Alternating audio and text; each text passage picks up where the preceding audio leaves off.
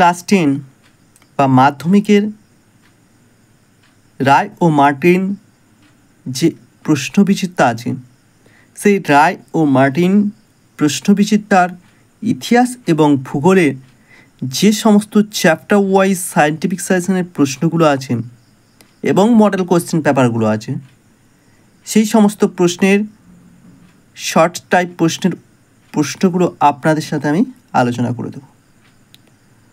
তো এর আগের ভিডিওগুলিতে আমি ইতিহাসের প্রথম, দ্বিতীয়, তৃতীয়, চতুর্থ অধ্যায় আলোচনা করে দিয়েছি। তো আজকে আমি ভূগোলের কিছু অধ্যায়ও আলোচনা করা হয়েছে। তো আজকে 5.7 ভারতের অর্থনৈতিক পরিবেশ ও ভারতের কৃষি সম্পর্কে আলোচনা করব। ভিডিওটি ভালো লাগলে প্লিজ চ্যানেলটি সাবস্ক্রাইব করে নেবেন এবং পাশে থাকা বেল আইকনটি প্রেস করে দেবেন। ভিডিও আপলোড করা মাত্রই আপনার কাছে নোটিফিকেশানটি পৌঁছে যাবে এবং খুব সহজেই আপনারা ভিডিওগুলো দেখতে পেয়ে যাবেন। এবং ভালো লাগলে ভিডিওটি লাইক এবং বন্ধুদের সাথে অবশ্যই শেয়ার করে নেবেন। 5.7 ভারতের অর্থনৈতিক পরিবেশ বা ভারতের কৃষি।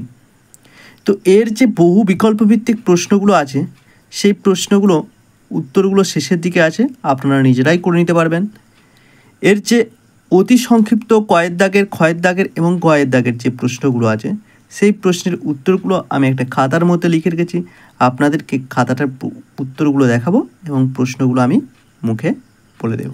5.7 ভারতের অর্থনৈতিক পরিবেশ কৃষি। তো প্রথম প্রশ্ন, কয়ের দাগের অতি সংক্ষিপ্তের প্রথম প্রশ্ন, ভারতের কোন রাজ্য ইক্ষু উৎপাদনে প্রথম স্থান অধিকার করেছে? উত্তরাখণ্ড।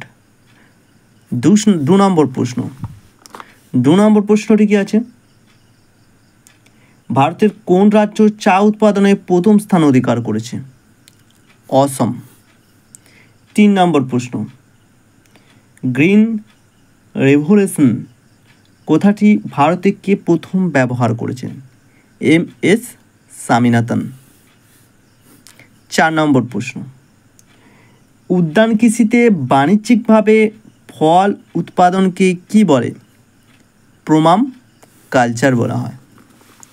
5 নম্বর প্রশ্ন, যে শস্য জুন জুলাই মাসে বপন এবং নভেম্বর ডিসেম্বর মাসে তোলা হয় তাকে কি শস্য বলে? খারিফ শস্য বলে। 6 নম্বর প্রশ্ন,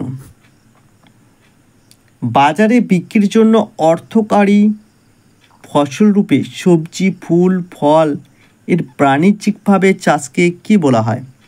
না হর্টিকালচার বা উদ্যান কৃষি বলা হয়।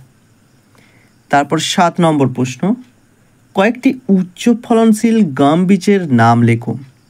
সুজাতা, সোনালিকা, 308। তারপরে 8 নম্বর প্রশ্ন, একটি খারিফ শস্যের নাম লেখো। ধান, পাট, তুলা। 9 নম্বর প্রশ্ন, ওলেরিকালচার কি? না ওলেরিকালচার হলো বেগুন, কুমড়ো, বাঁধাকপি প্রভৃতি শাকসবজির চাষকে কি বলা হয়? না ওলেরিকালচার বলা হয়। ঠিক আছে। তারপরে 10 নম্বর প্রশ্ন, 10 নম্বর প্রশ্নটি আছে, পশ্চিমবঙ্গের কোন জেলাকে ধান ভাণ্ডার বলা হয়?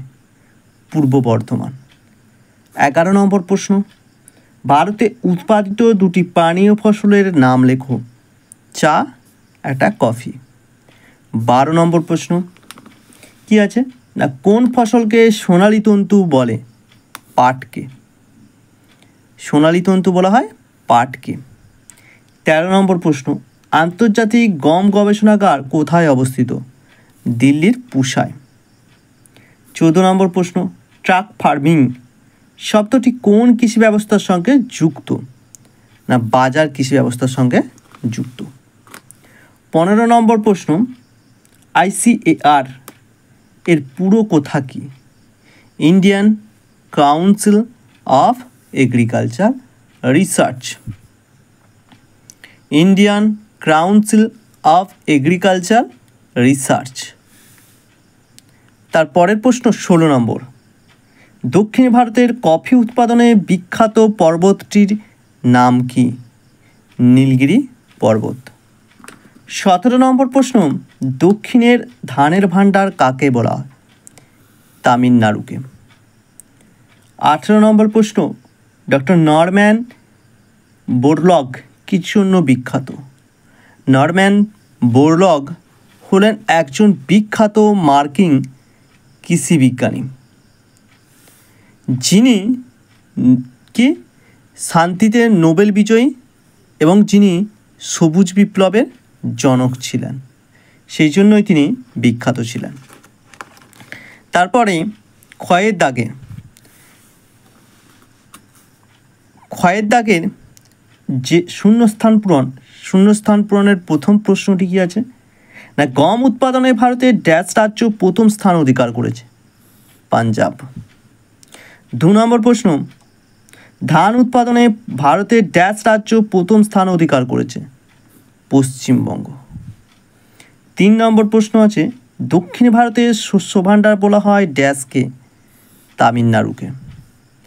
4 নম্বর প্রশ্ন, হেক্টর প্রতি গম উৎপাদনে ভারতের ড্যাশ রাজ্য প্রথম? পাঞ্জাব।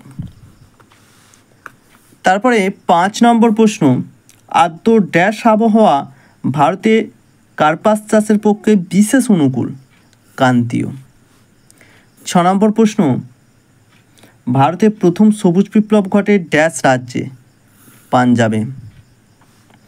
7 নম্বর প্রশ্ন, হেক্টর প্রতি চা উৎপাদনে ভারতের প্রথম স্থানাধিকারী রাজ্য হলো কি? না, অসম। 8 নম্বর, জোয়ার, বাজরা, রাগি প্রভৃতি ফসলকে একত্রে ড্যাশ বলা হয়? মিলেট বলা হয়। 9 নম্বর প্রশ্ন, ড্যাশ ভারতের কফি রাজধানী নামে পরিচিত? কর্ণাটক। এরপর দেখুন গয়ের দাগের নিচের বিবৃতিগুলি কোনটি শুদ্ধ কোনটি অশুদ্ধ লেখো। প্রথম প্রশ্নটি কি আছে, ধানকে পিপাসার্ত ফসল বা তৃষ্ণার্ত ফসল বলা হয়? এটা অশুদ্ধ। 2 নম্বর, ভারতের অধিকাংশ ধান শীতকালে রবি শস্য হিসাবে চাষ করা হয়? এটাও অশুদ্ধ। 3 নম্বর প্রশ্ন, শুষ্ক ও উষ্ণ আবহাওয়ায় চা চাষের পক্ষে আদর্শ? এটাও অশুদ্ধ। এটা কি হবে না, আর্দ্র ও শুষ্ক। 4 নম্বর প্রশ্ন, চা উৎপাদনে ভারতের স্থান পৃথিবীতে দ্বিতীয়? এটা শুদ্ধ। 5 নম্বর, ভারতের কেন্দ্রীয় ধান গবেষণা কেন্দ্র উড়িষ্যার কটকে অবস্থিত? এটাও শুদ্ধ। 6 নম্বর, পশ্চিমবঙ্গের ধান গবেষণা কেন্দ্রটি চুঁচুড়ায় অবস্থিত? এটাও শুদ্ধ। তো এরপরে আছে দেখুন ঘয়ের দাগে বাম দিকের সঙ্গে ডান দিকের মেলাও। চিকমাগালুর আমি ওই পাতায় আছে বলছি, তার আগে এই পাতায় যে কয়ের দাগে পুষা আছে এটা 3 নম্বর হবে। তো 1 নম্বর কোনটা আছে না, 1 নম্বর আছে কফি উৎপাদন, ঠিক আছে, 1 হচ্ছে কফি উৎপাদন হবে। তারপরে 2 নম্বর রত্না কি আছে না, উচ্চ ফলনশীল ধান বীজ। 3 নম্বর কি আছে, কেন্দ্রীয় কৃষি গবেষণা কেন্দ্র, না 3 নম্বর ওই পাতায় পুষা। 4 নম্বর কি আছে না, প্রধান মিলেট গবেষণাগার হায়দ্রাবাদ, 4 নম্বর। 5 নম্বর, ভারতের গম বলয় বলা হয় পাঞ্জাব, ঠিক আছে। তবুও আমি একবার এখানে দেখিয়ে দিচ্ছি, আপনারা দেখে নিন। ওইদিকে একটা আছে, তো ওই পাতায় 3 আছে। তো এখনও যারা আমার চ্যানেলটি সাবস্ক্রাইব করেননি, প্লিজ চ্যানেলটি সাবস্ক্রাইব করে দেবেন এবং আপনার একটি লাইক এবং শেয়ার আমাকে যথেষ্ট এরকম ভিডিও তৈরি করতে উৎসাহিত করবে। আপনারা ভিডিওগুলো দেখে ভালো লাগলে লাইক এবং শেয়ার করে নেবেন। তো ভিডিওটি দেখার জন্য অসংখ্য ধন্যবাদ। ভালো থাকবেন, দেখা হচ্ছে আপনাদের সাথে পরের ভিডিওতে।